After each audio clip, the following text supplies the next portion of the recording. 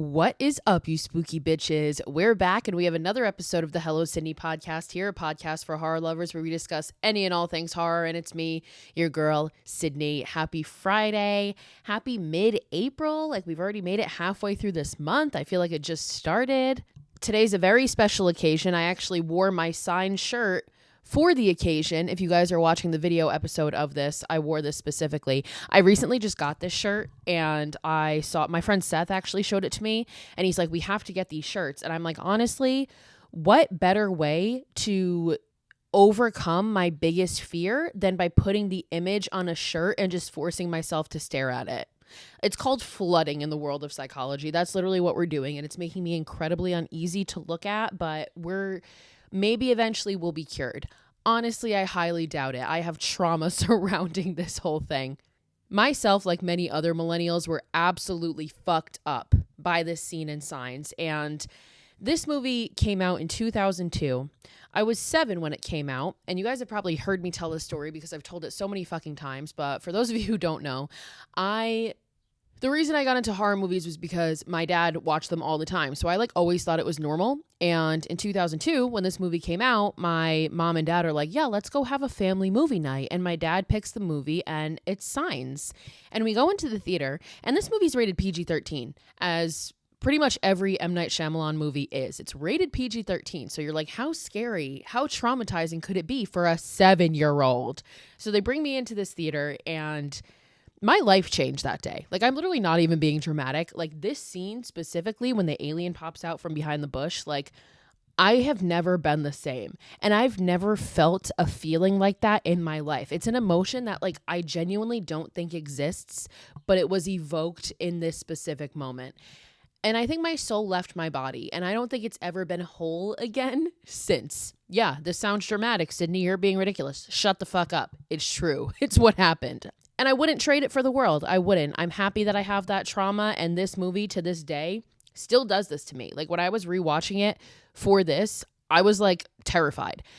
Because even when I watch it, I've watched this movie a million times, but when it's on TV, I deadass will skip over the scene. Because I know when the scene is coming, I will change the channel. I will not watch it. It fucks me up.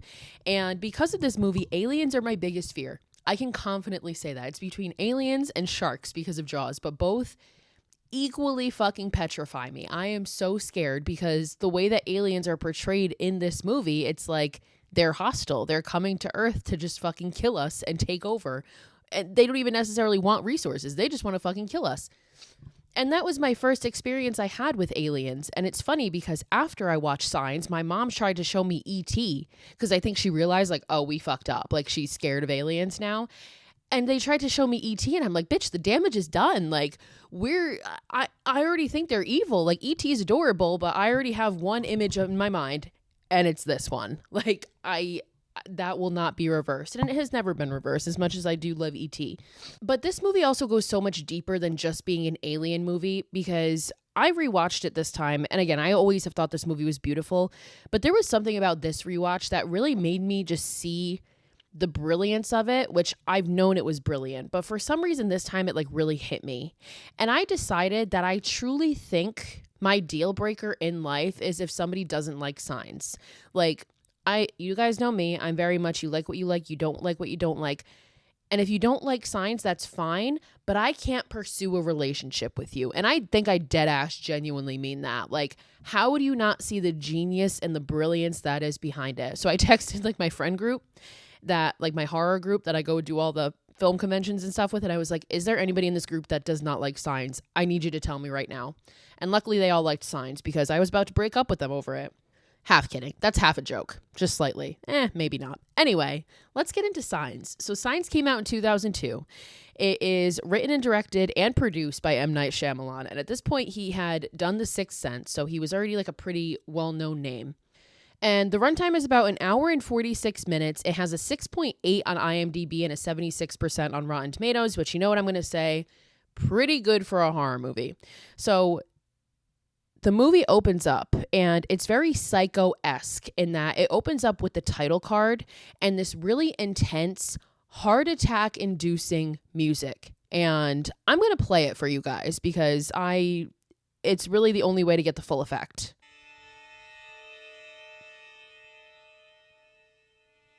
starts off like kind of normal and slow, and then all of a sudden,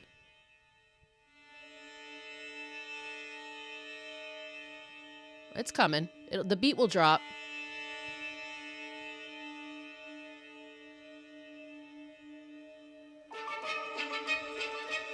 Bitch.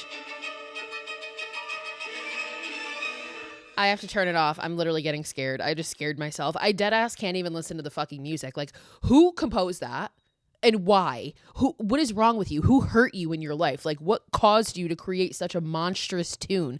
Immediately, I'm fucking terrified, right? So, credits start. Immediately, you're just terrified. Eventually, the credits stop, and we pan to a window. We're inside of a house, and we're in this room, and we see that there's like a photo on the nightstand. It's a family of 4. So Mel Gibson is going to play our main role, and his name is Graham, and he has 2 young children. So Rory Culkin, actually, if you guys just listened to my Scream episode, we talked about Rory Culkin because he's in Scream 4, but Rory Culkin, as a kid, plays the older son, Morgan, and then Abigail Breslin, this movie is actually her debut. She plays Bo, who is the younger sister, the daughter. And Graham wakes up kind of in a gasp. Like, he wakes up out of a dead sleep in bed.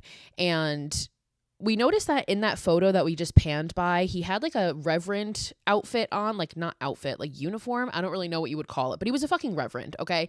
He was a reverend. And we also noticed that on his wall, there's an outline of where a crucifix used to be, but it's now gone. So we're going to learn more about that later, but this movie like is, again, so much more than just an alien movie. It's really about struggling with faith and coincidences in the world. And it genuinely like changed my outlook of the world. So all of a sudden, Graham hears a little girl screaming outside, and obviously he knows that this is his daughter. And next door, his brother Merrill, who is played brilliantly by Joaquin Phoenix, falls out of bed because he hears the same thing. So he gets startled, and both of them meet up outside. So Graham's brother Merrill lives in like the adjoining house next door. So they run outside and they hear Bo screaming. So they run into the cornfield because, of course, they live on a farm where there's just miles, it seems like miles of cornfield. So they run out there calling for Morgan and Bo, and eventually they find Bo. And Graham runs up to her and she just says, "Are you in my dream too?" And he's like, "This isn't a dream, baby." And they keep running to where Morgan is. And eventually they find Morgan looking out at something. And he says that the dogs were barking and they woke us up. And I think God did it. And Graham's like, "Did what?" And he turns Graham's head and we see that sure enough, they're standing in a fucking crop circle. And the dogs are going fucking crazy, barking. And the camera pans up and we see that this one crop circle is actually multiple. It's like it's a whole fucking structure. Multiple circles, multiple symbols in the corn right in front of their fucking house. And it turns out we're in Bucks County, Pennsylvania, which is 45 miles outside of Philadelphia. So Graham calls a friend of his and is talking to him about how he thinks it's his son Lionel. And Lee is insisting like, no, it's not Lionel.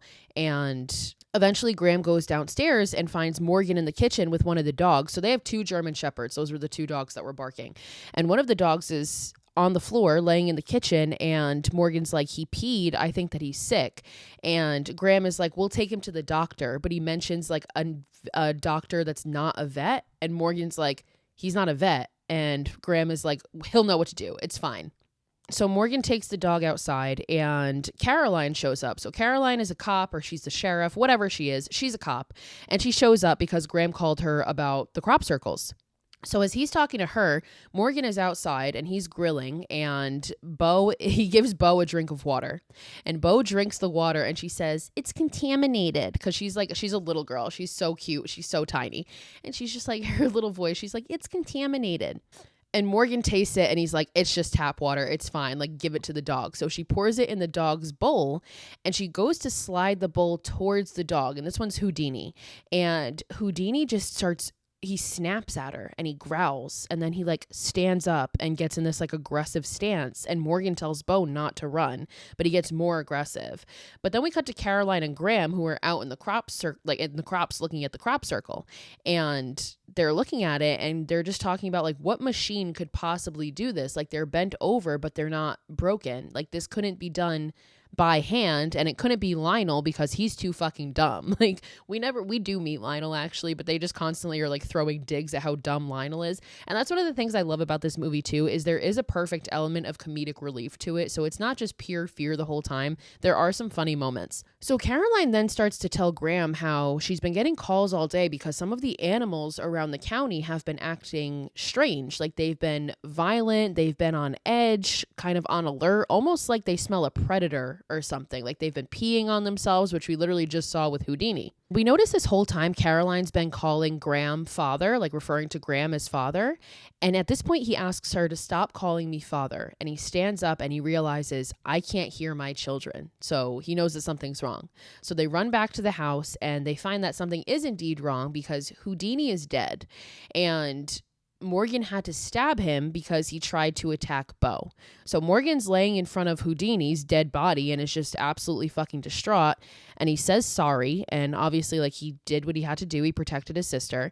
And he goes inside and Graham goes to Bo and grabs her from the swing set. Meryl comes out completely unaware. Like, Meryl's kind of the idiot in this movie. So he comes out completely unaware and Graham is like, where were you? And he just looks all confused. And Graham tells him to tie Isabel, the other dog, up in the shed because obviously they don't want to risk this happening with the other dog. So we cut to that night and Graham is asleep and he wakes up and Bo is just in his face. Like, Bo is just standing there in his face. And she says, there's a monster outside my room. Can I have a glass of water?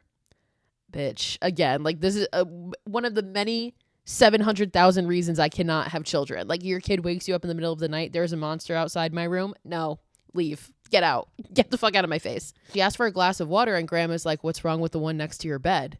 And she just says, it tastes old. So obviously this girl has like an aversion to water, but Graham eventually puts her back to bed and we see that there's just multiple glasses of water like all around her bed. And Bo asks Graham, why do you talk to mom when you're by yourself? And he kind of says, like, it comforts me. And Bo asks, does she ever answer? And he says, no. And she says, she never answers me either. Which, like, this, like, brings a little tear to my eye because she's so, like, again, Bo is just so fucking cute. And, like, obviously it's at this point we understand, like, their mom has died / Graham's wife has died. So Graham looks past Bo and looks out the window. And this is the first moment of fucking terror that we get because it is so subtle, but so fucking effective because he looks out and on the roof of the barn across the way, he sees the outline of this just black figure. And it's one of those that, like, I rewatched this on my laptop and I knew it was coming, so I saw it, but, like, you can't even see it from certain angles. Like, it's almost like a blink and you'll miss it, but it sure is there and it's just standing on the fucking roof. So Graham stands up, obviously panicked. And he goes and he wakes up Meryl and he's like, Lionel and the Wolfington brothers are back. Like, they still think this is Lionel and his fucking like ragtag group of fucking bitches.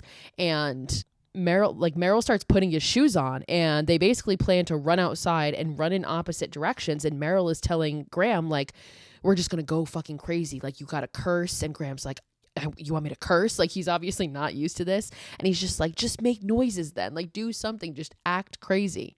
So they like argue about what they're supposed to do, but then all of a sudden the motion sensor, like the motion light comes on outside. So they're like, Meryl's just like, just fucking do it. Like, just run. So they run outside and they start running around and Meryl is saying like normal threats. He's like, we're going to beat your ass, bitch. And then we cut to Graham and he's just like, I'm insane with anger. I'm losing my mind. Like, he is just like the most unthreatening person ever.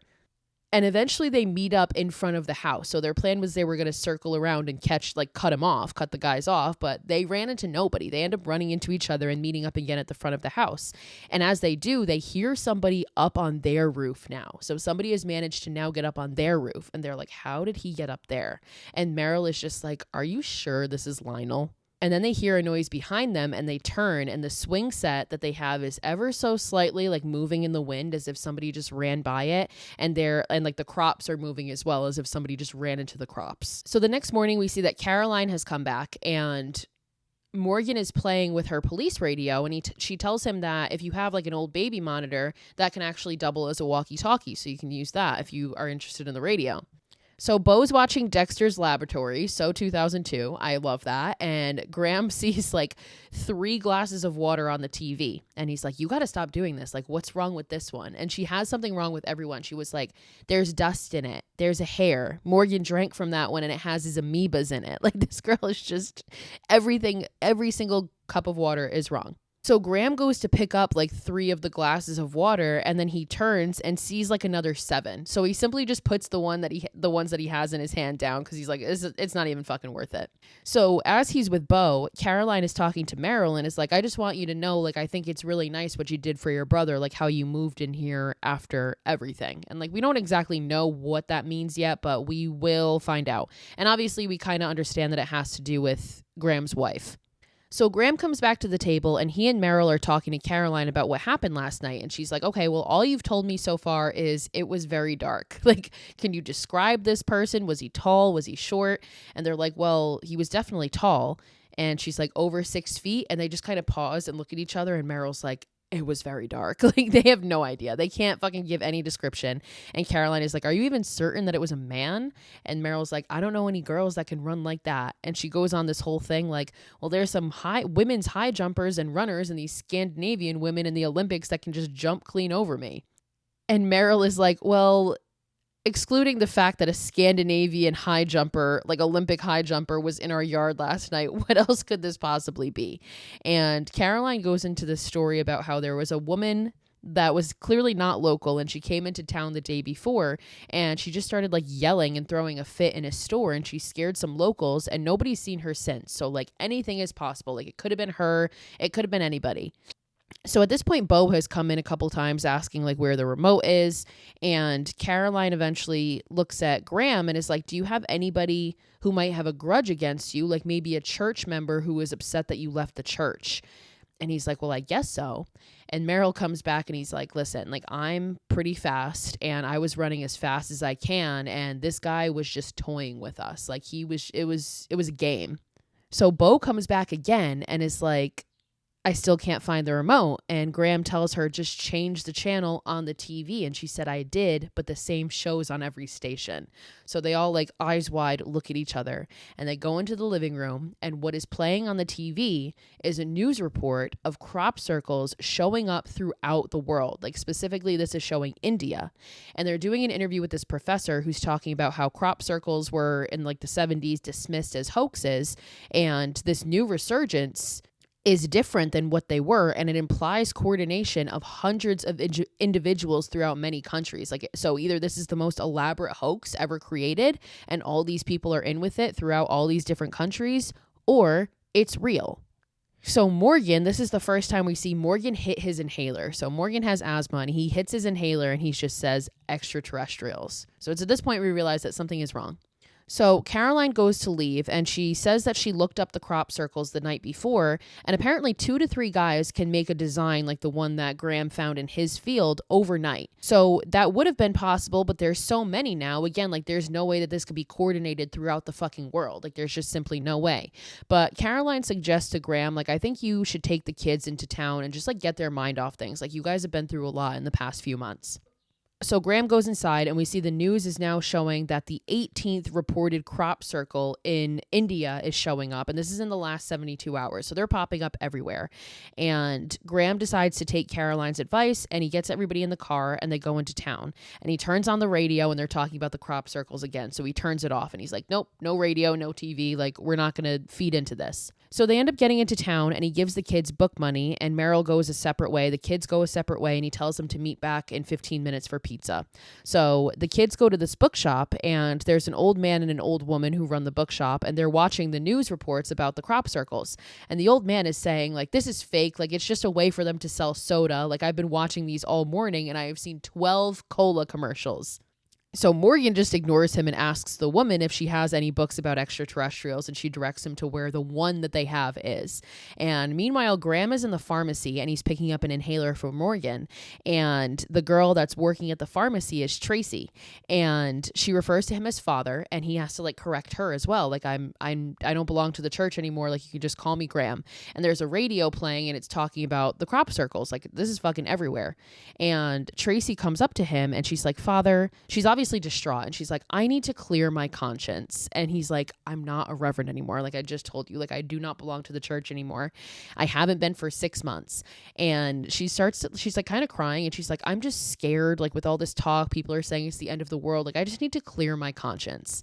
And then we cut to Meryl, and we see that Meryl is in this military recruiter's office, and the guy is going on about how some folks have said that they've been seeing strangers, and they haven't seen their faces. They've just been staying in the shadows. And he's like, this is a very basic like military procedure. And Meryl asks him what he means, and he's basically like, it's a reconnaissance group. Like before people attack, they send in a group to evaluate the situation, evaluate the level of danger, and make sure things are all clear for the rest of them. And this, like, watching this back, knowing what happens is fucking terrifying, because these aliens are brilliant, because that's exactly what they're doing. That's why it starts small like this. Like, they see the one on the roof. They see, like, one a little bit later. It's because they are sending in a reconnaissance group to do exactly that. They're scoping it out for the rest of them until the invasion fully happens. And, brother, I can't even talk about this too much because it's going to freak me the fuck out, because like I think the aliens walk among us. Ooh, guys, I dead ass just got fucking goosebumps. And like I don't even like to talk about them because I'm like, are they going to know I'm talking about them and then like come get me? Like knock on my door? I'm scared. I shouldn't have done this episode. I'm literally freaking myself the fuck out. But like I think they're here already. So like is this what they're doing? Like are they just scoping things out for the rest of them? Like I'm going to fucking pass out. I can't talk about this. So this guy, after he says this whole terrifying thing, he looks at Meryl and he's like, wait, I recognize you. Because it turns out Meryl was a minor league baseball player, and he had like 5 minor league records. Like he was the player. And the guy is like, why aren't you in the major leagues? Like you should be. And this voice from behind him goes, because Meryl also has the strikeout record. And they turn, and it's fucking Lionel. So this is like the one time we see this Lionel character that we've been hearing so much about. And he goes on and he's like, no matter what happened, like no matter what the coaches said, Meryl would just swing that bat as hard as he could. Didn't matter. And Meryl just looks at him and he just says, it felt wrong not to swing. And he goes up behind Lionel and kind of like flinches at him, like gives him one of these. And Lionel flinches and he walks out. And that's the first and last time we see Lionel. So we cut back to the kids in the bookstore, and the lady gives Bo a glass of water and she says, it's contaminated. And the lady thinks there's something wrong with their water. And Morgan's like, oh no, it's not you. Like she just has this tick about her drinking water. She's always had it. And as he's saying that, the old guy at the desk says 13. And we see that there's another soda commercial playing. So like, this is what I mean. Like the comedic elements are great here. And Morgan ends up buying that book and taking it with him. So back in the pharmacy, we see Tracy making her confession to Graham. And she's like, I cursed 37 times last week. Unless douchebag counts as a curse, then it's not 37, it's 71. And Graham is just like, what the fuck? So Graham ends up going and meeting them all at the pizza shop. And he's just like, I don't want any of you spending time with Tracy alone. Like after what he just heard, he's like, I will not have my children with her. So Graham then looks outside and he sees this man going to his car. And this man is actually M. Night Shyamalan. So M. Night Shyamalan not copies, but like is inspired by Alfred Hitchcock in ways like like I said, the music and the opening of this music is literally inspired by the music of Psycho, like the crescendo and just like the loudness and the anxiety inducing nature is inspired by Psycho. And he also cameos in all of his movies like Alfred Hitchcock does. So Graham looks out the window, sees this guy going to his car. We don't know who he is yet, but Morgan just asks, is that him? And Meryl says yes. And we see all 4 of them stare, and the guy like notices them staring, and he obviously looks uncomfortable, and he gets in his car and he speeds away. And Bo asks, who is he? And nobody answers. So we don't find out yet. But eventually they get home, and Morgan does have a baby monitor. He took Caroline's advice. He has Bo's old baby monitor, and they go to get out of the car, and the monitor starts to give off this like staticky noise. And Morgan is like, what if it's catching a signal from them? And he points up, obviously talking about the aliens. And Meryl turns around and he's like, listen, this crop circle stuff is just invented by a bunch of nerds who have never had girlfriends. They make up secrets and it's just a fucking scam. And Morgan turns up the baby monitor and he can hear what sounds like talking almost. It's not like human talking, but he hears noises that it's not just static, it's voices. And as they're listening to this, Bo just looks at Meryl and is like, why can't they get girlfriends? Like, it's just so cute. She's so cute. And Graham ends up taking the baby monitor and he's like, it's just broken. Like, enough of this. And Meryl is like, this is exactly what the nerds want. Like they want us to be scared. So Graham is like, I'm getting out now. So he gets out of the car, but as he stands up, the signal gets stronger and the voices get louder. And Morgan is like, do you hear that? It's voices, but they're not speaking in English. And Graham listens, and sure enough, he does start to hear noises, and he hands it to Meryl over the car. But the second their hands connect, because it's high up over the car, the signal gets even stronger and the noises get even louder. So Graham just looks at everybody and he's like, this is why we're not watching TV. Like, everybody is just going insane. I'm going to let go now. And the kids are like, no. And even Meryl at this point is convinced, and he's like, you'll lose the signal. Like, Meryl was just talking about how this is the nerds, and now he's like, nope, I'm convinced. Like, that's all it took. So Morgan ends up climbing up on the car so he can grab the thing and put it up higher, because the higher it gets, the stronger the signal gets. So he does that. And as he does, we can hear distinctly two voices going back and forth, like conversing. But again, it's not English. It's almost like just clicks. It's like, but like way faster than that, as if they're able to like roll their tongue and click it at the same time. And eventually the thing loses signal, but they know for sure that they're catching a signal from these things and they're conversing. So that night, Graham goes outside. I just got chills because I know what's coming. Graham goes outside and he goes to feed the dog, and the dog is barking like crazy, directed into the fucking cornfield, into the crops. And Graham grabs a flashlight because he's over this shit. He doesn't believe that it's aliens. He believes it's people fucking with them. So he grabs a flashlight and he goes into the crops, which, like, even if it is a human, why are you going into the crops at night? Like, this is psychotic behavior. But he's like, fuck it. So he goes into the crops and he hears that clicking noise that we just heard on the fucking monitor. So he turns and nothing's there. And eventually he gets to where the crop circle is and he sees nothing. And he shouts out to what he thinks is a person. And he's like, whoever you are, like, you're wasting your time here. I'm not reporting this. You're not going to get famous. And Graham goes to walk back out, and he gets to an area where it's not corn. It's just like a row of dirt. And like, there's obviously corn on both sides. But he looks both ways, and we get a POV shot from behind him, and we see something approach him and like make a clicking noise, and it causes him to get startled, and he drops the flashlight and it fucking turns off, right? So he picks the thing up and it's not turning back on. So he's like tapping it, and eventually it comes back on. And when it comes back on, we get this shot, and it's again like a blink and you'll miss it. It's so subtle, but in one of the rows of corn, we see this gray leg, this long, skinny gray leg, and it's like half out, and the second the light shines, it goes in, it walks into the corn. And it's at this exact moment, because I write down, like, obviously my notes to explain this, and I literally wrote, this can't be the same man who wrote Trap. It can't be. Or I'm sorry, the same man who made Trap. He wrote and directed it. This cannot possibly be the same human that made Trap. Like, you were great once, M. Night. You were fucking phenomenal. Like, you came out with The Sixth Sense. You hit us with fucking Signs. Like, where is that? I know that man is somewhere deep inside of him, and we need to pull it back out as a people. Please. Oh my God. Like, the master of suspense. Honestly, I would give him that title in this movie. Like, like, that's Alfred Hitchcock's title, but like, the master of fucking suspense, the epitome of suspense is this movie. Like, it's fucking perfect. Like, the build up, the pacing, everything about it is fucking perfect. And again, at this point, we've only had very brief images of these things, right? So we saw the outline, the shadow of one on the roof, and now we just saw a leg, and it's all you need to see. It's enough, and it's all cultivating, and it's building up until you see this fucking thing. So Graham sees this, and obviously it scares the shit out of him. So he just full force fucking books it back. And he goes back into the house, and he goes to the kitchen table, and he just sits down quietly. And everybody kind of looks at him and notices that something's wrong. And he doesn't say anything until like a minute or two go by, and he's like, okay, let's turn on the TV. Like, he's finally like, we can see what's going on. And they show on the TV that there are these multiple lights hanging above towns. And this one specifically is in like Mexico City. And the news is talking about how there's these unidentified crafts that have entered Mexico City. They are not detected by radar, but we can see all these lights, and more are showing up like by the minute. And Morgan grabs a tape to record it. And he's like, Uncle Merrill, I'm using your tape. And he puts in a VHS that is labeled swimsuit special.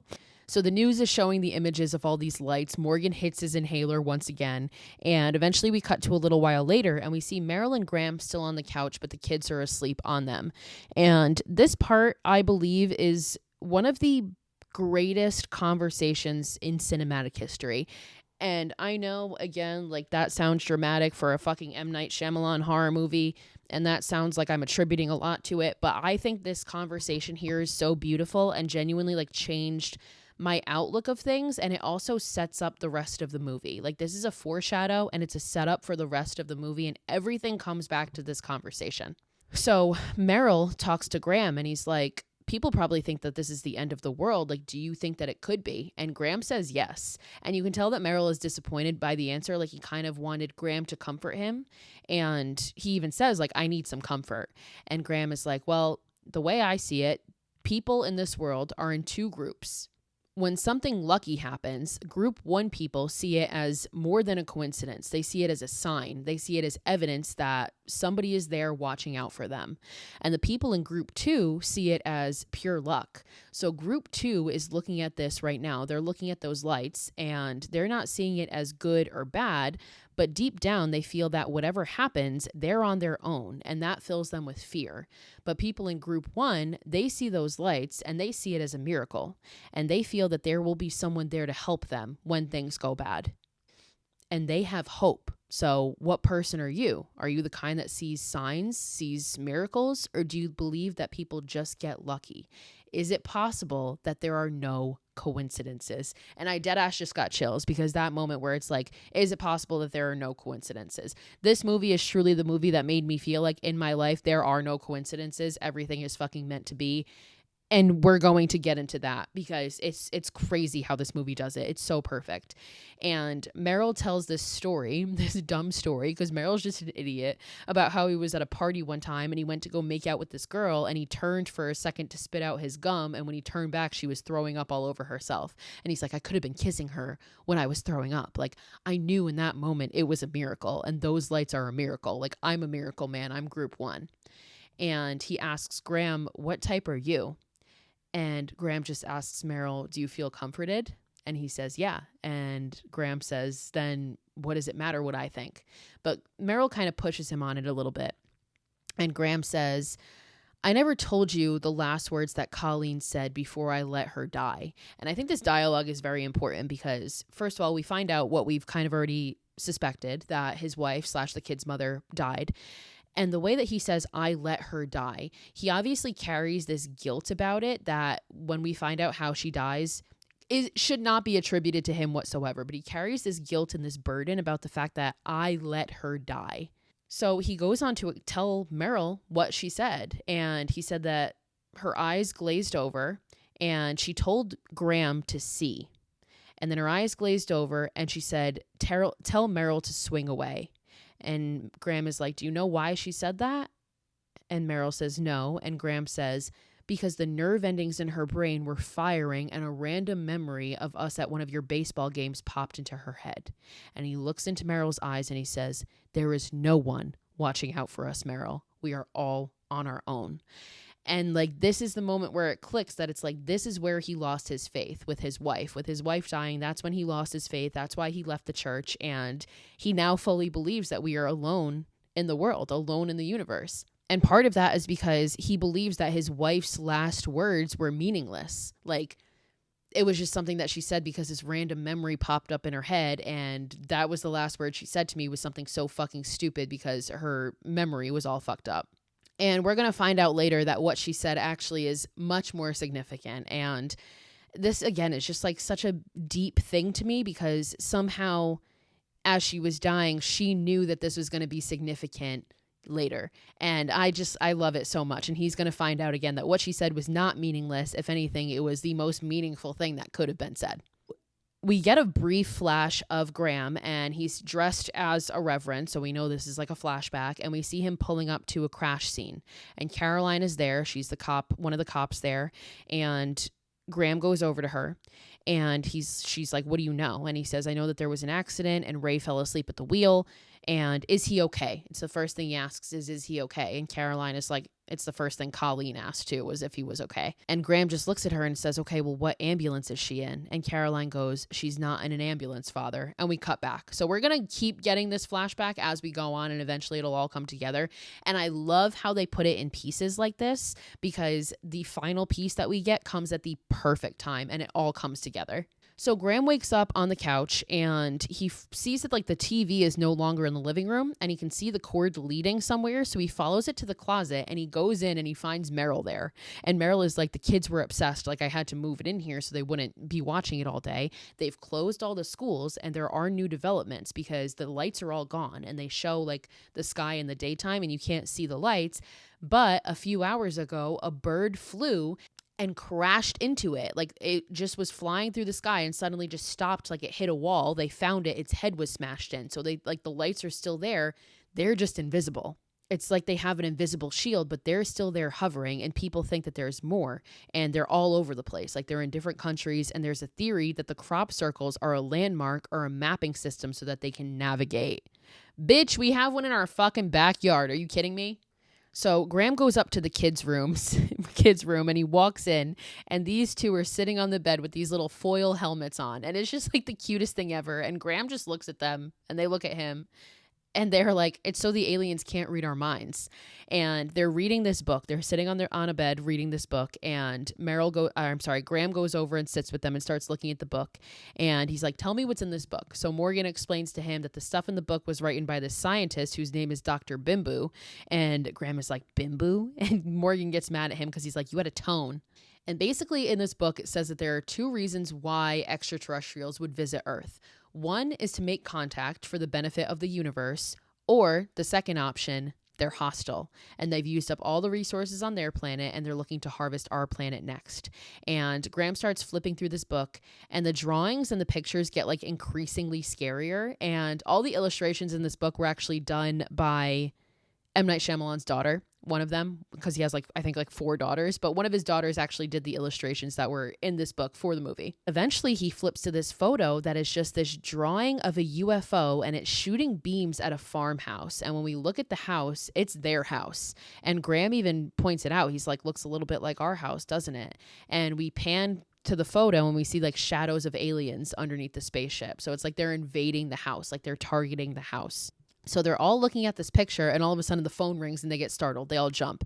And Graham is like, I love this line because he's like, that's enough for now. He takes the book and he's like, everyone needs to calm down, eat some fruit or something. What the fuck is that going to do? But he tells him that and he leaves and he answers the phone. And the voice on the other end says a singular word. He just says, Father. And then he says nothing else and the line goes dead. So Graham gets ready to go and he tells Meryl, I'm going over to Ray's house because I think he just called here.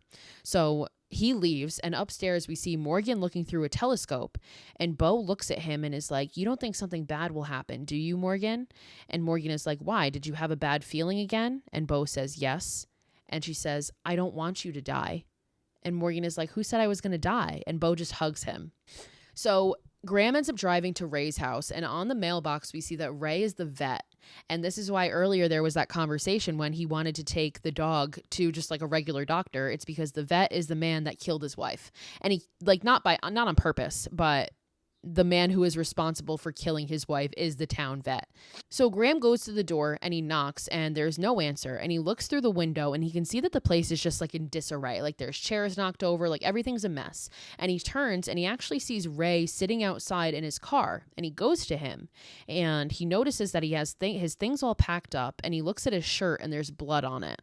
And Ray he doesn't even look at Graham. He's just looking forward and he says, I wrote down your number to call you and it's been sitting next to my phone for 6 months. But when I knew one of them was inside, I couldn't think of any other number to call.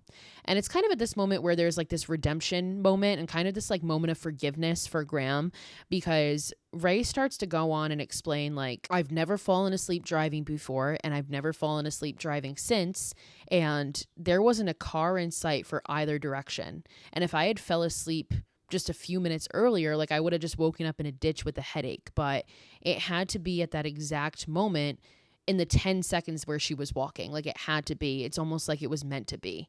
And he just finally looks at Graham at this point and he's like, if this is the end of the world, like I'm screwed because people who kill reverends' wives don't necessarily go to heaven. And he goes to start his car and you can tell this guy carries a lot of guilt about it because obviously like it wasn't his fault. Like it was genuinely an accident. Like he wasn't drunk driving or anything. He just fell asleep. And obviously he carries a lot of guilt about it. And he starts his car and Graham asks him, where are you going? And Ray says to the lake, because none of the crops are near the water and I don't really think they like water and it can't be any worse than here. And Graham asks him, did you see something? And Ray changes the subject and he goes back to his apology and he's like, listen, I know what I've done. I've made you question your faith and I am truly sorry for what I've done to you and yours. And Graham, my God, Mel Gibson, I know he's done some problematic shit.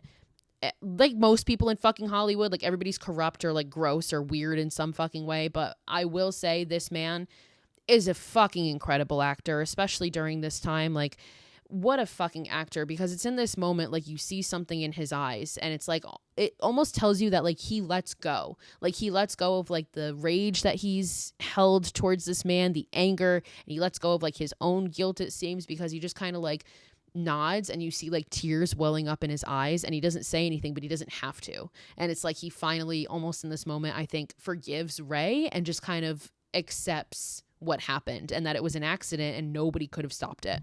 And before Ray drives away, he tells Graham, don't open my pantry. I found one of them in there and I locked him in. And he drives away. So we cut back to Meryl, and this is the scene. This is the scene because Meryl is watching the news and there is this announcement saying that the startling footage that we are about to show was taken in Brazil and it was at a 7th birthday party. And all opinions are that this is genuine and what you're about to see may disturb you. And we cut to this video. And now this video was filmed by M. Night Shyamalan on a camcorder. So it's very grainy. It's very shaky. And essentially you see all these little kids and they're speaking in like what I always thought was Spanish, but then I realized it and I'm like, they're in Brazil. So they got to be speaking Portuguese. And like, I'm Portuguese, but like I know Portuguese, like not Brazilian Portuguese. It's totally different. So I don't know what they're speaking, but they're speaking either Spanish or Portuguese. It happens in Brazil. And all these kids are screaming and they're looking out the window and one of them speaks in a different language and then he just says in English, it's behind. And they focus outside on this bush and suddenly this fucking full form alien steps out from behind the bush and just walks across. And bitch, like, I love this moment too because I love Joaquin Phoenix's reaction because the way that he like fully grabs his face, like does one of these, like he's so in shock, he grabs his face, he backs up and the news like rewinds it and plays it again and pauses it on the exact moment. And usually I would put pictures up, but I don't have to put a picture up because it's right here on my fucking shirt. So if you can see my shirt, this is the fucking thing that steps out from behind the bush. This. Imagine seeing this on the big screen when you're 7. All of my problems can be traced back to that exact moment. All of my anxieties and my fears can be traced back to this exact moment because what the fuck is this? I hate even looking at it. I hate looking at it. It scares the shit out of me. I literally can't even watch the scene. I am 30 fucking years old and I can barely watch the scene. I really can't.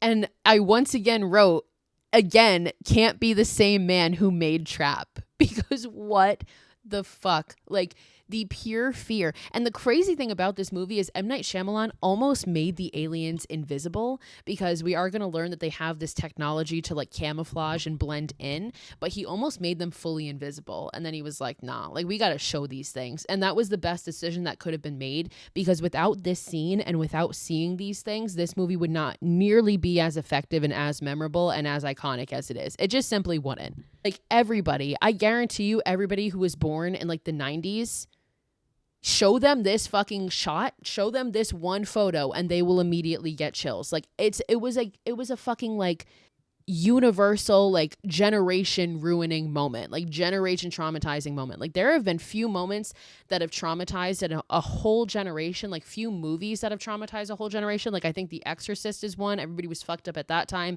I think Final Destination is one, mainly the second one because of the log scene. And I think Signs is one. Like this moment fucked everybody up. And to be that person who did that, like, what a fucking honor. Like, M. Night Shyamalan literally is responsible for all of our fears and all of our nightmares. And, like, what a fucking honor. So we cut back to Graham. So now we've finally seen a full-form alien. And we understand the threat here because this thing is not fucking nice looking. Like, we've only seen a leg. We've only seen a shadow. But now we've seen this full fucking thing. And it's tall. And it's threatening. And it's menacing as fuck. So now we know what we're getting into.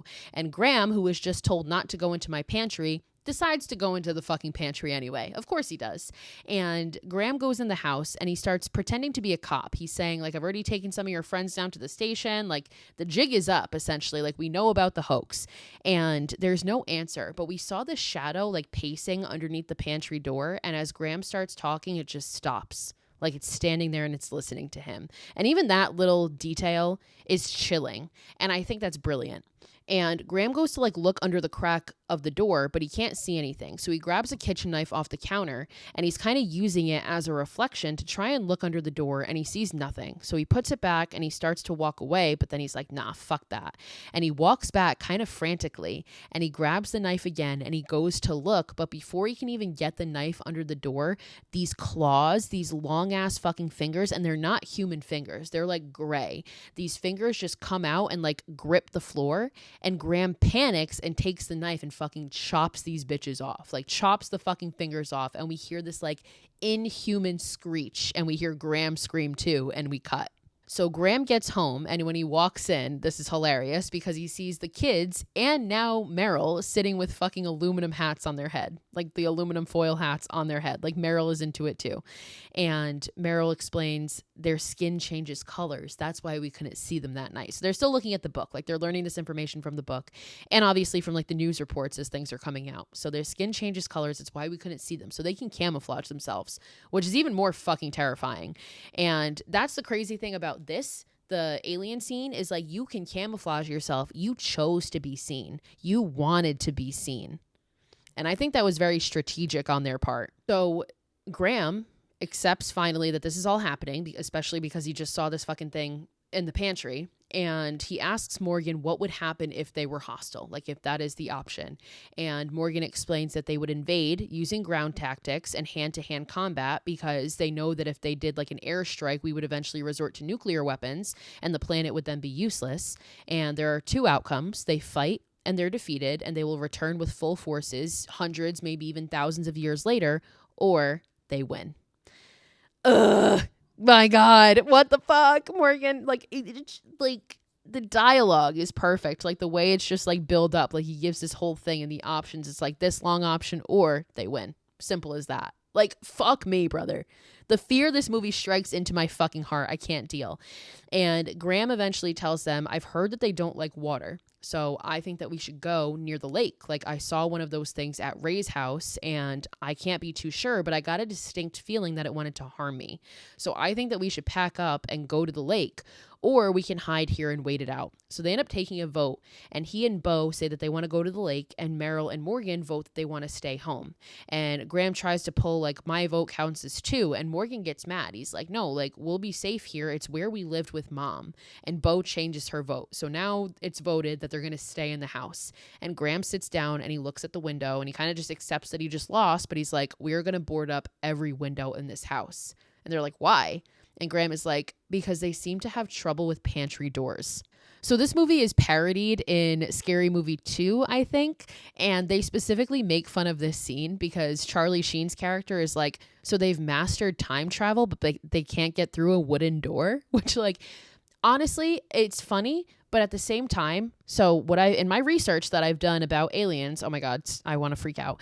In my research that I've done about aliens, they actually are so advanced that basic things like doors or like even a fork is like foreign to them. So they actually like, this is pretty legit. Like they wouldn't be able to use something as basic as a fucking door because they, again, are so advanced. They don't understand that. Like, I kind of compare it to how, like, if we had, like, a piece of, like, 1920s technology in front of us, like, if I had a fucking, like, what do they even call those things? Like a gramophone or some shit? I wouldn't know how to fucking use that. But that's technology from, like, over 100 years ago.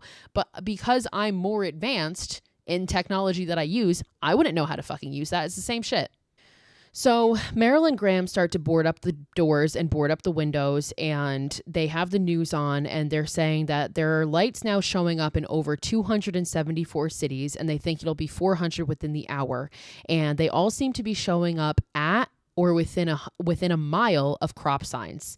And Meryl just looks at Graham and is like, they made a map. Like, that theory was right. It's a mapping system, and they're going to be within a mile of us. And like, yeah, this is why Graham wanted to go somewhere else. Like, I don't like, why didn't you guys fucking listen to them? Obviously they didn't listen to him because of the plot and what's about to happen, but like, you should have fucking listened to him. And Morgan brings up how it seems like it's an attack maneuver. So this is indeed the second option, and they're hostile.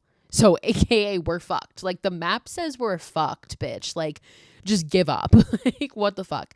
So the news kind of gives their like final broadcast, and they're like, ground forces have been assembled throughout the world. May God be with us all. And they sign off. So Meryl like comforts the kids as Graham is boarding up the walls or boarding up the windows. And Morgan makes a comment to Meryl saying, I wish you were my dad. And Meryl gets mad. He's like, don't you ever say that. Like, your father is great. Like, love your father. Graham says that they're going to tie up the dog, who's still been outside this whole time. They're going to tie her up in the garage, and they tell everybody, like, let's make supper. Like, everybody can have whatever they want for dinner. Like, whatever you want, we're going to make it. And you kind of understand that it's because Graham believes that this is going to be their last supper. So he wants them to have what they want. So they all make different stuff, and they all sit down to dinner, and it's all incredibly quiet, and nobody's eating. And Morgan looks up and he's like, can we say a prayer? And Graham gets pissed. He's like, no. And he's like, but Bo has a bad feeling. And Bo says, I had a dream. Little Bo, she's so fucking cute. She's like, I had a dream. So obviously Bo has like some sort of foresight, some sort of like psychic ability where she dreams things that are going to happen. And that's not really like talked about a whole lot, but we're going to see later that she did have a dream of a certain moment. And that's why she had said what she said to Morgan with like, I don't want you to die. So Graham at this point gets pissed, and he's like, we aren't saying a prayer. I am not spending one more moment of my life on prayer. Like, you can tell this man has fully lost his faith, and he's like, I'm not fucking doing this anymore. And Morgan at this point is like crying because Graham's gotten a little aggressive. He's like yelled, and Morgan's crying, and he's like, I hate you. You let mom die. And like, what a fucking dig, especially because you can tell that Graham, like I said, like already carries this guilt the way he says, like, before I let her die. So now it's like your kid is validating that it's your fault. Like, oh my God, this scene is so fucking intense and just like so painful. And Graham listens to this and he doesn't respond to it, and he's like, fine, if nobody's gonna eat, I'm just gonna try a little bit of everything. So he starts like picking shit off people's plates, and Morgan's crying, Bo is crying. And eventually Graham starts to cry as well, because again, you can tell like he thinks this is the last time he's going to be together with his family. And he starts crying, and Morgan goes up to him and hugs him, and Bo goes over and hugs him, and he like pulls Meryl, like Graham pulls Meryl into the hug and hugs all of them. And then all of a sudden, as they're sharing this moment, they start to hear noises coming from the baby monitor. So they know that they're close, and they know that it's time. And they go and they check on the TV, and it's out of signal, and they just say it's happening. So they finish boarding up the windows, and Graham starts to tell Bo the story about when she was born and how you came out and like you had these big eyes and you just smiled, and the nurses were like all obsessed with you and everything.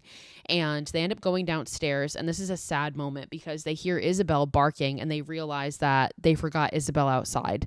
And we just hear her barking, and then all of a sudden she whimpers and she stops. So we know that the aliens kill the fucking dog. So Meryl looks at him and is like, should we turn off the lights? And Graham says, they already know we're here. So there's no fucking point, which they do. They already know. And they start to hear footsteps running around the house, and they see shadows going through like the slats of the wood on the window, so they can see something running by. And then they start to hear a bang at the back door, and then they start to hear banging at the front door.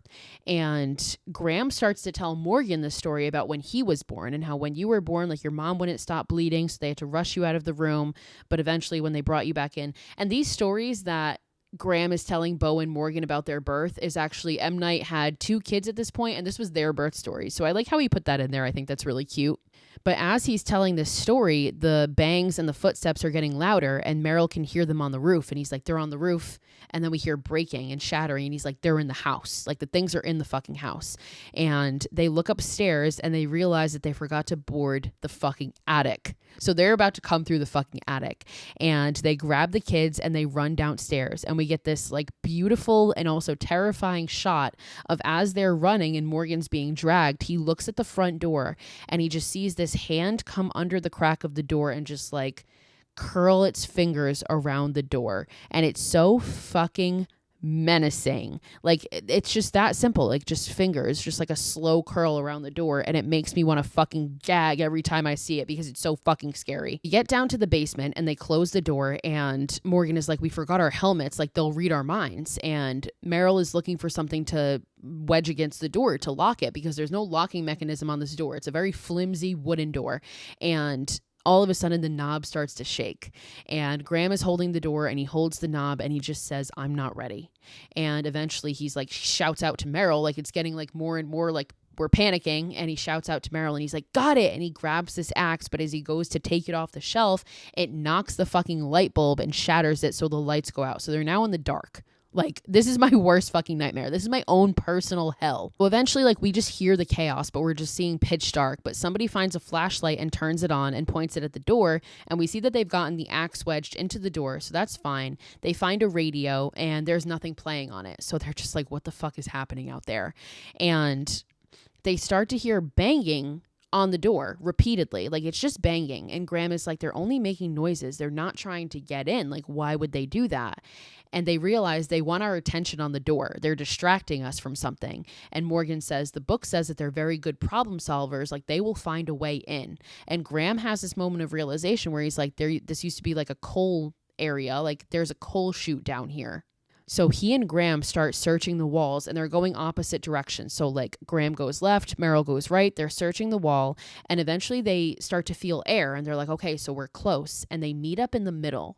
And when they get to the middle, Morgan is standing there, and we see that there is this grate behind him that he's standing against. And they just look at Morgan, and he goes, what? And this fucking hand. And this is like, honestly, if I could erase my memory of seeing this movie for the first time, I wouldn't want to, because it was a very special experience seeing it in the theater, like with my family. But if I could rewatch this movie for the first time, because this scene, like, knowing what's about to happen, you can see the hand camouflaged in the grate, but the first time you see this movie, you don't notice that shit. And suddenly this hand just moves and grabs Morgan. And again, like, you can't really see the hand until it moves because they have camouflaging abilities, and it's camouflaged in with the grate. So it just blends right the fuck in, but it moves and it grabs Morgan. And I like the way they do this because Meryl and Graham drop the flashlights, and we kind of focus on the flashlight, and we just see their feet running, and we hear the chaos, and we hear them like, grab him, you got him. And eventually Bo picks up the flashlight, and we see Meryl covering the coal chute with like bags of dog food. And there's like, again, like a comedic relief moment where like he's like putting the bags of dog food in front of the thing, and he sits down, and there's a can next to him, and he takes the can and he puts that up there too, like as if the can's gonna fucking do anything. But Bo turns the flashlight, and this is the part that gets me. As an asthmatic, this part physically hurts me, because she turns the flashlight and we see Graham holding Morgan, and Morgan is having a full fucking asthma attack. And Graham says, we don't have his medicine. Ugh, if you are an asthmatic and you know what it feels like to even not be able to have your inhaler for like a little bit of time while you're having like an asthma attack, or you're not able to breathe, it is like, it feels like you're fucking dying. So like, this poor kid, I cannot imagine. Like, I already said this is my own personal hell. Now we're in like the 9th fucking circle of hell. Like, this is the worst thing I can ever imagine happening. And Graham is holding on to Morgan as he's literally like struggling for his life. He's like gripping onto fucking Graham, and Graham is just trying to talk him through it. He's like, breathe like me, like feel my chest, feel the air. And Bo looks at him and goes, I dreamed this. So like Bo, again, like she has some sort of abilities, like she already saw this happening. And Graham is just like, it'll pass, it'll pass. And then Graham, like, again, Mel Gibson is such a good fucking actor. Like, he just at this moment like looks into the distance and he's like, don't do this to me again. At this point you realize he's talking to God. And it's one of those moments where it's like, obviously you still believe in God because you're still talking to him. You just hate him. And at this moment, he specifically says, like, don't do this to me again. I hate you. And he says, I hate you twice. And like on the second one, his voice cracks, and it's just like such a beautiful, intense, deep moment. So he keeps talking Morgan through it, and eventually Morgan like loosens his grip and calms down a little bit. And Meryl is like, we should save the flashlights. So they turn the lights off and they're in the dark again. So now we cut back to that accident. We have another flashback to the accident, and we get a little more information this time. And Caroline explains to Graham how the truck pinned her against a tree, and she's pinned between the truck and the tree, and it severed her lower half, to a point where she won't be saved, but her body is pinned in a way that it's alive when it shouldn't be alive, and the truck is holding her together. And she doesn't feel much, but she is talking, so we wanted you to come and be with her for as long as you can, and it's not going to be very long. And Graham looks at her and says, "Is this the last time I'm going to speak with my wife?" And Caroline, through her tears, says, "Yes, it is." So we get a POV of Graham walking to where his wife is pinned against this tree, and he walks by Ray, who's like surrounded by cops, and he just looks like distraught sitting on the side of the road. And suddenly Graham wakes up in the basement. So that's all we see of the flashback this time.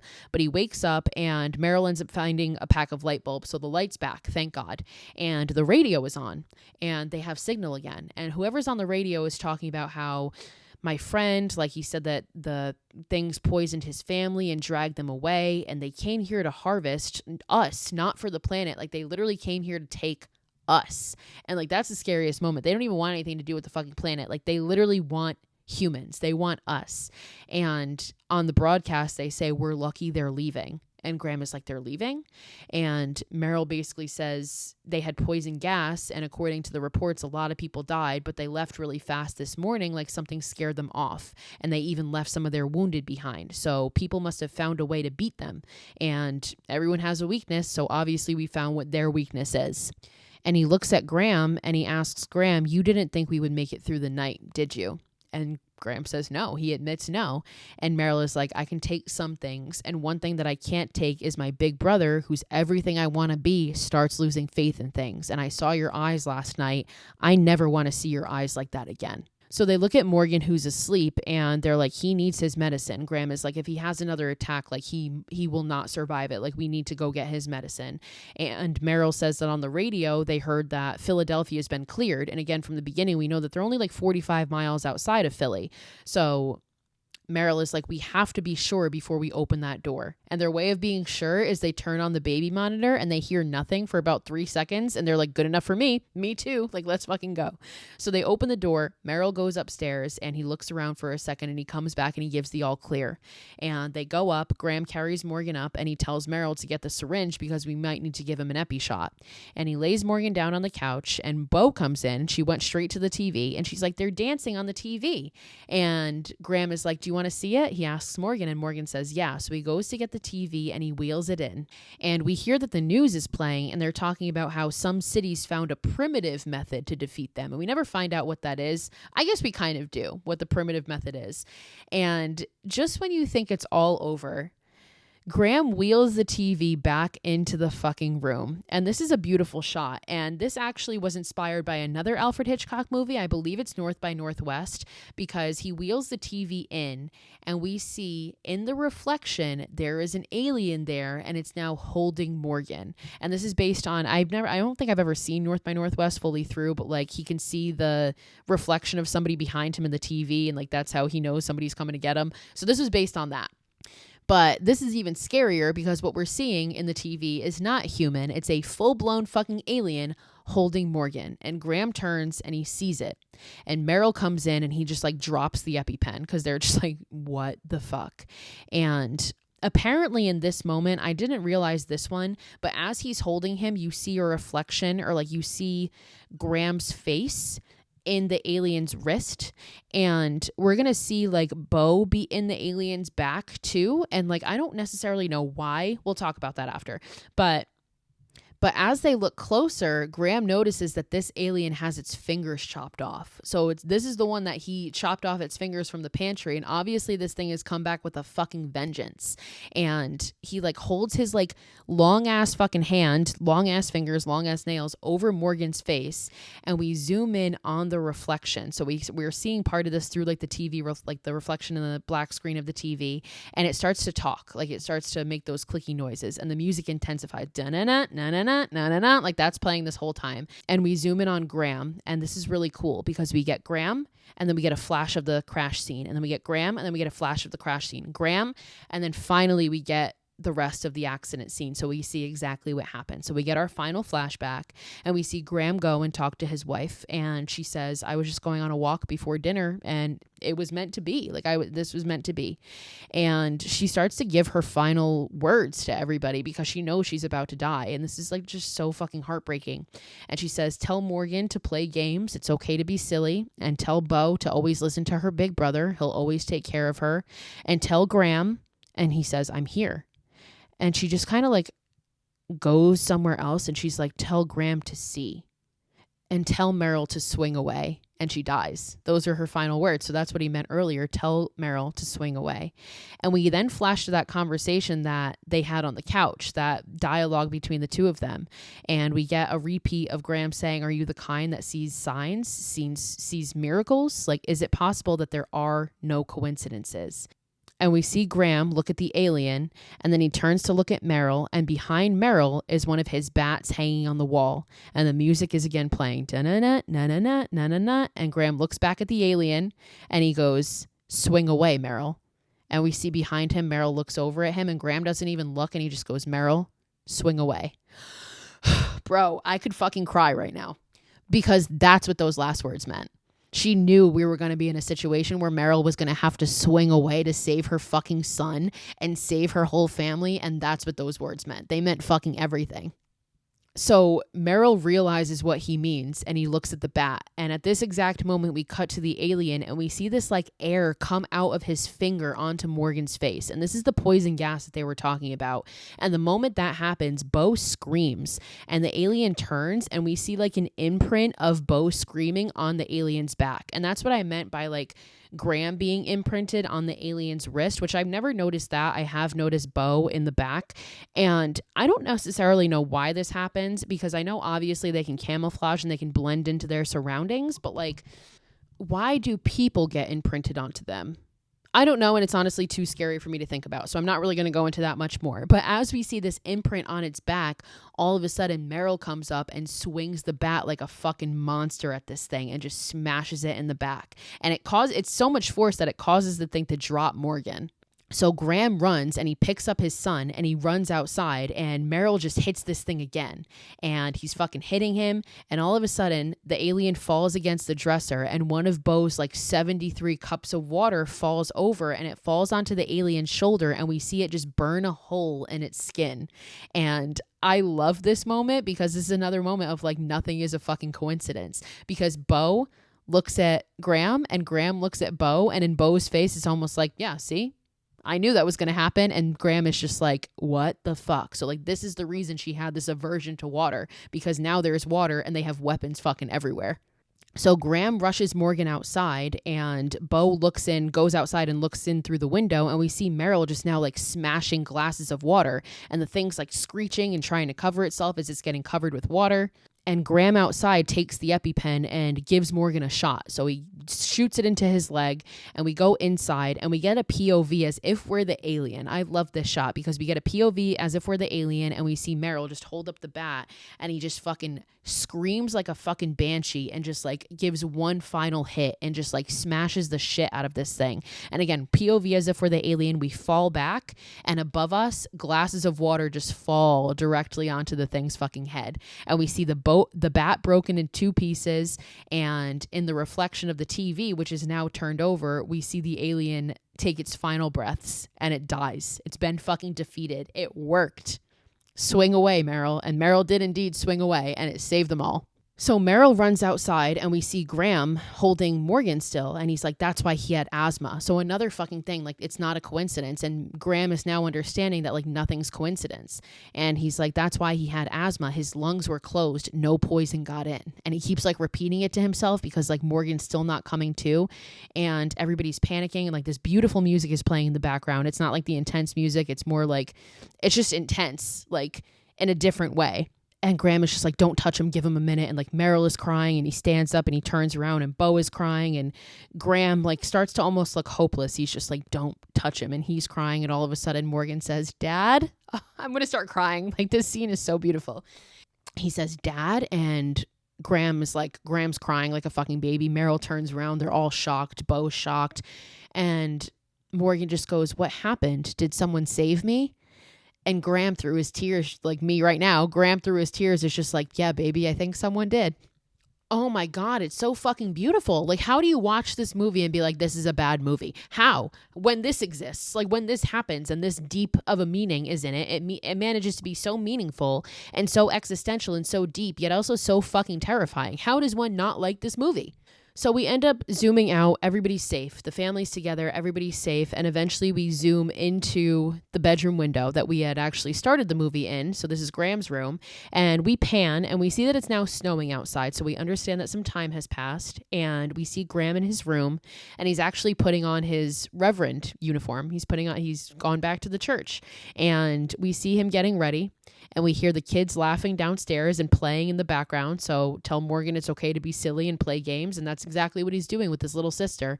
And Graham just puts on his coat and he smiles and he walks off. And the movie ends. Like, oh my God, brilliant. 10 stars. 10 out of 5 stars.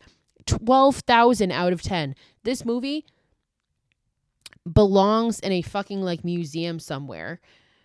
This movie should be taught about when you talk about like suspense building and tension building and atmosphere and everything good in a movie. This is what should be taught. Should be the golden standard. I know this might sound dramatic and you guys are like, Sidney, it's really not that fucking good. I think it's that fucking good. Does it have to do with the fact that I saw this in the theater when I was 7 and it literally traumatized me and is like still to this day the one movie I can't watch by myself without having fucking anxiety? That probably has something to do with it. But again, when I was younger, this movie just scared me. Now, as I'm older, I appreciate the meaning and the message behind it, and I think it is so beautiful and just so impactful. M. Night has specifically said, like, this movie isn't about aliens. Like, obviously it is, but, like, the real meaning behind it is about, like, a person's struggle with their faith and, like, the fact of signs. Like, signs, the title, doesn't just mean signs is, like, the crop circles. Signs is, like, the signs that we get every day that we probably ignore. And again, this movie is what made me fully realize, like, I truly don't believe that anything is a coincidence. Like, I think even silly things happen for a fucking reason. Like the fact that Morgan has asthma because eventually, like, he would be in this position where he's going to get poisoned, but his lungs are closed. It doesn't get in. Bo has had this aversion to water her whole entire life is going to be because eventually that's going to be what's going to save her family.